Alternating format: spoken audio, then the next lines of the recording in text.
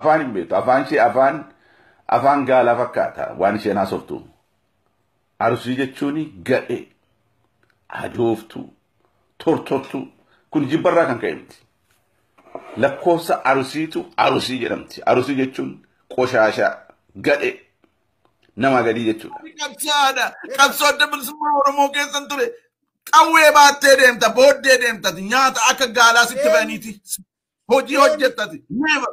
Dhiiraachi nun turreetti bara. Ana ka ke miidiyaa Raamboo kisu loleen si agarsiisa. Baay'ee asii ishee keetiin naasawani. Ishee maayimii qoshaashaa ajooftuu. Bantii buufuudhaati. Bantii buufaa miti. Bantii buufaa miti. Hattuma kijibdu. Stupid. Laali. I know. Kanati. I think identity crisis of the first of all. Hattu.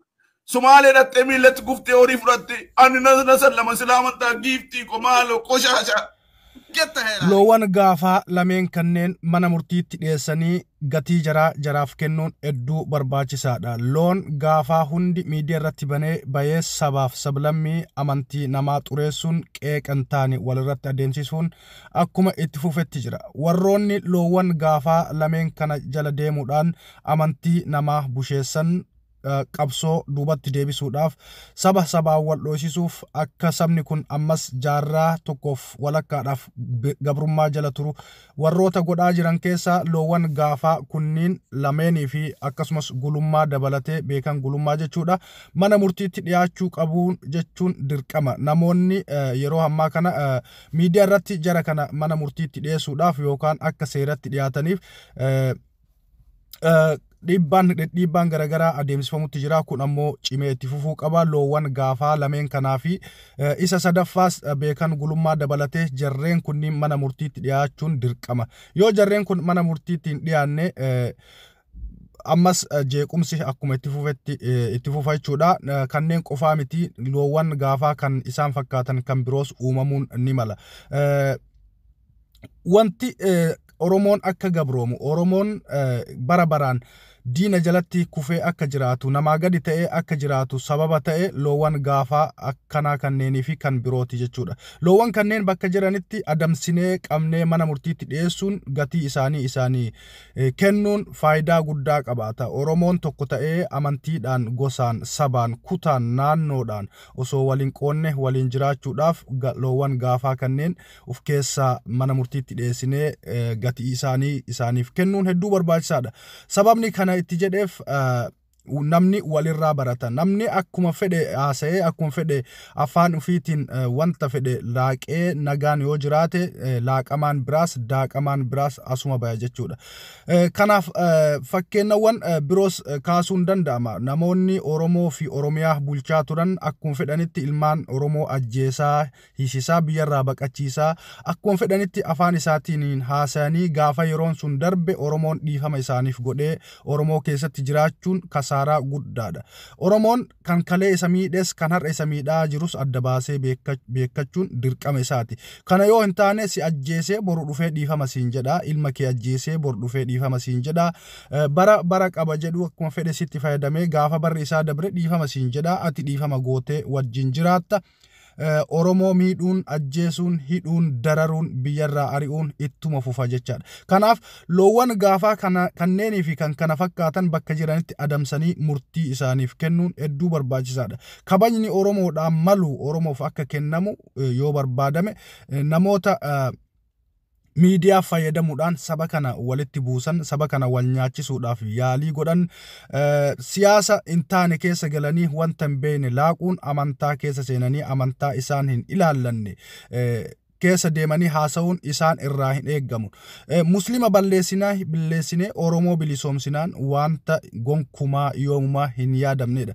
Muslima isaan kan amma sammuu isaanii keessatti mul'atu muslima Oromoo ka miliyoona 30 yookaan miliyoona 40 ta'uudha. Garuu miliyoona uummata Oromoo Musliima miliyoona 20-30 kana duuba kan jiru Muslima addunyaa biliyoona 5 biliyoona 6 biliyoona 7 ta'utu isaan jidduu jira jechaadha. Isaan faana jira. Kanaaf Muslima balleessinee Oromoo bilisoomsinaan tasuma waan yaadamu miti. Haa ta'u malee gowwaawwan akka namoota kanniinii warreen akka looniitti gaafa qaban kanneen wanti isaanii mul'atu homa sammuun isaanii yaaduudha. Asirratti waa tokko jechuun barbaada. Namoonni Bantii Tufaatii fi Agumaan kunis warroota Keeniyaa yeroo dheeraadhaaf turanii amma gara biyyoota guddataniitti baanidha. Inni kun biyya Ingilaandii jiraata. Inni kaan ammoo biyya Ameerikaatii kan jiraatu. Garuu isaan lachinuu Keeniyaa kana keessatti dhukkee kaasaniiti awwaarri isaan irraa ka'ee ruuza UNCRH'n isaaniif kennuun sammuun isaanii badee sammuun isaanii ajaa'ee gara biyya biraatti deemanii maraatanii jechaadha. Inni kun bantiin amma dura abaa'oon jaartii kee fudhatte jedhee olii gadi deemee iyyaa ture sababa saniin biyya Ingilaandii UN'n geessite maraataadha jechuudha. Beekamaadha. Maraata akkanaa faana deemanii maraachuun isaan faana deemanii iyyuun barbaachisaa miti. Garuu wanta isaan argachuu qaban gatii isaan argachuu qaban hundi keenya bakka jirru tokko taane gatii isaaniin malu isaaniif kennuun dirqama. Inni kaanis maraataan beekamaadha. Akkuma beekamu Keeniyaa ture. Keeniyaa keessatti umrii isaa bara dheeraa achitti dabarsee achirraa gara biyya guddateetti dabre achitti maraatee sammuun isaa tuqamee wanta haasa'uuf wanta godhu hundi wallaalameeti UN'n achitti ni ajjeefamaa ni du'aa namatu ajjeesaa. Kanaaf gara biyya dimokiraasii qabu deemuu qaba jedhanii gara biyya amma guddateetti as dabarsan malee nama fayyaa qabu miti, nama sammuu qabu miti. Namni sammuu qabu haasaa akkanaa hin haasa'u. Namni mataan isaa likkii dalagu seeraan yaadu haasaa akkanaa fofokkataa kana saba keessatti fidee hin dhangalaasu. Miidiyaa qabna jedhanii miidiyaa keenya jedhanii akkuma fedhan haasa'uun akkuma fedhan dubbachuun wanta hedduu barbaachisaa miti gaa. Amma gaa yeroo isaan lameen wal arrabsan haasaa arraba namoota gurguddoo akka isaanii namoota gaafa qaban kana irraa hin eeggamnetu haasayamaa ture. Ani haasaa isaanii kana safuudha gaa miidiyaatti dhiyeessuun hedduu namatti hin tolu. Garuu isaan miidiyaa namoonni hedduun hordofan irra taa'aniiti bifa sanii wal arrabsaa turan. Bifa kanaan wal qeeqaa turan. Wal qeequun rakkoo hin qabu. Wal arrabsuun rakkoo hin qabu. Garuu daangaa walitti dabruudha. Daangaa walitti dabranii sabaan wal arrabsuu, amantiin wal arrabsuu, kutaan gosaan wal arrabsuun kun fokkisaadha. Isaan bira dabree namoota biroo tuqa wanta ta'eef wanta akkanaa irraa uf eeggachuun hedduu barbaachisaadha. Ani inni biraa kan ajaa'ibumaa inni warroota gaafaa kanneen faana namoonni biraa warri loowwan isaan duuba hiriiranii jara wajjin lolutu na ajaa'ibsiisa. Kanaaf wanta akkanaa kanarraa osoo uf eegganne sabni kun bilisoomuu yoo barbaanne sabni kun jijjiiramee iddoo gaariitti argamu haa mul'atu yoo barbaanne namoota akka beekan gulummaa namoota akka warroota gaafaa lameen kanneen sadeen kanneenii fi fakkaattota isaanii irraa fagaachuun dubbii isaanii irraa of eeguun isaan faana hiriiruu dhiisuun dirqama jechaadha. Wanti yeroo ammaa kana akka ajaa'ibaatti deemutti jiru gaa amantii muslimaa tuqeedha. Amantii muslimaa tuquu qofa miti. Isaaf kun wanta haarayaa miti. Agumaa fi beekan gulummaa gaa Maammad inni kun bantiin nama arrabsa malee hangana hundas wanta beekumsas waaxinnoo beekumsi sammuu isaa keessa hin jiru.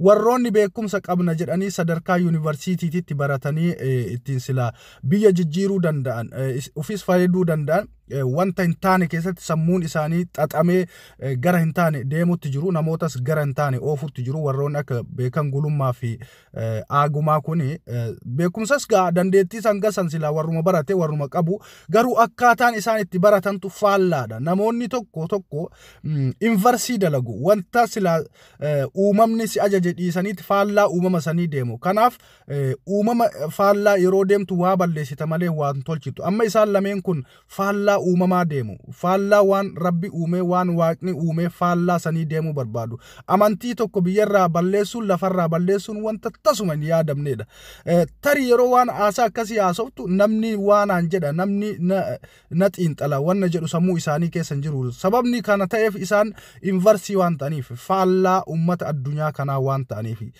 kana qofaa miti amma duras arsii arrabsutti ture achirra deebi'ee ijoollee harargee arrabsuu ture gosa Oromoo tana keessa warra Wallaggaa waan hin ta'in gosa Oromoo tana guutuu takka takkaan hanga Boorana ga'utti keessa deemee arrabsaa ture Aagumaan jechaadha miidiyaa isaa warroonni hordoftan yoo jiraattan keessattuu ijoollee arsiin namayyuu miti jedhee hanga sadarkaa namooma nurraa mulquudha ga'ee ture haa ta'u malee inni jedheefi miti arsiin beekaa qaba arsiin hayyuu qaba arsiin obsaa qaba arsiin aadaa qaba arsiin safuu beeka arsiin waa hunda of keessaa qaba jechaadha kana hunda nurraa mulqee arsiin nama miti hanga nuun jechuu takka ga'ee jira haa ta'u inni jedheef gaa arsiin hin xiqqaatu Harargees akkasuma xiqqeessee jira Harargeen hayyuu qaba beekaa qaba uma hunda qaba jechaadha Wallaggis akkasuma Jimma akkasuma kutaan Oromiyaa guutuun hayyuu qaba beekaa qaba goota qaba walumaa galatti Oromoon beekaadha Oromoon